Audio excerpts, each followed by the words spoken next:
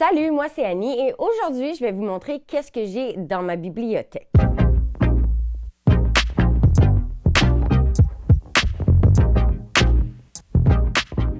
Pour commencer, je vais vous montrer un roman qui a bercé mon enfance et c'est Valentine Picoté de Dominique Demers. C'est l'histoire d'Alexis qui trouve que les filles, c'est nouilles. Mais il y a un petit crush sur Katharina, une fille de sa classe, et son professeur a décidé de faire une activité de Saint-Valentin. Il doit se trouver une Valentine. Et la question dans le roman, c'est qui sera le Valentin de Katharina?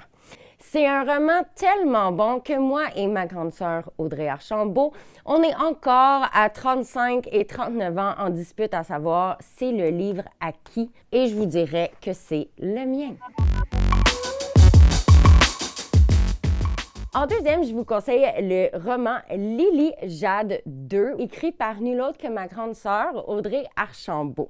Lily Jade, c'est une petite fille qui décide de participer à un concours et dans ce concours-là, elle décide de faire du bénévolat dans une clinique vétérinaire, mais sa pire ennemie a eu la même idée qu'elle. Et ça va pas se passer comme ça, elle veut gagner. Ce que j'adore de ce livre-là, en plus de l'histoire, c'est vraiment de la façon que c'est écrit.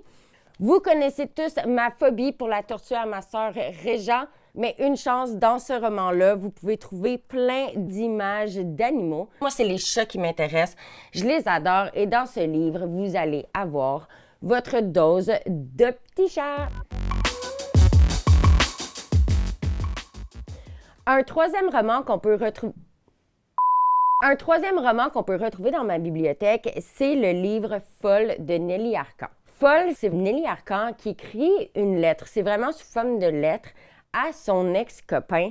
Puis elle raconte un peu comment elle a vécu leur relation qui est passionnée, qui est forte, mais qui est aussi à la fois toxique. Et ce livre-là, c'est aussi une réflexion sur comment aimer une personne sans se faire mal là-dedans. Je l'ai dévoré, je pense que je l'ai lu au moins 3-4 fois. C'est un de mes livres préférés.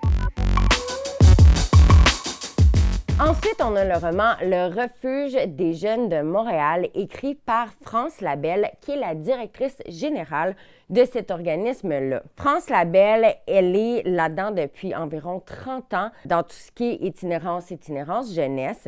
Puis elle raconte à travers ce roman, c'est quoi un peu qui se passe à son hébergement, mais aussi comment aller à la découverte des jeunes en situation d'itinérance de Montréal. On peut voir que c'est plus complexe qu'on le pense. J'ai l'impression que ça ouvre aussi notre cœur à, ça existe l'itinérance jeunesse. Je pense que c'est quelque chose qu'on pense qu'il n'existe pas, mais il y en a à Montréal. Et elle fait un travail formidable pour venir sensibiliser et éduquer sur cette réalité-là. Et ensuite, on a le livre Tiohtià:ke de Michel Jean. Tiohtià:ke, ça veut dire Montréal en mohawk. Ce roman-là, c'est l'histoire de Élise qui sort de prison après avoir purgé sa peine pour le meurtre de son père.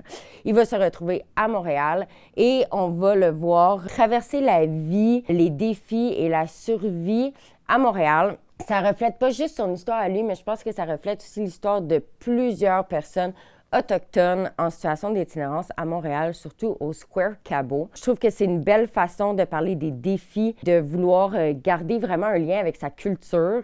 Et quand on fait pas partie de ça, on le voit d'un autre œil. Puis je trouve qu'il nous amène vraiment dans cet univers-là.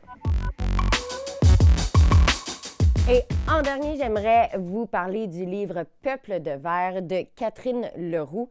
Ça parle beaucoup de la crise du logement, des personnes en situation d'itinérance, en grande pauvreté et précaires, et deviennent super fragiles et les autres, les personnes logées, ont peur de ces personnes-là.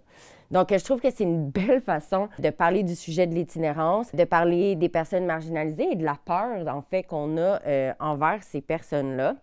Ce livre-là, c'est tout un univers, mais en même temps, c'est notre univers.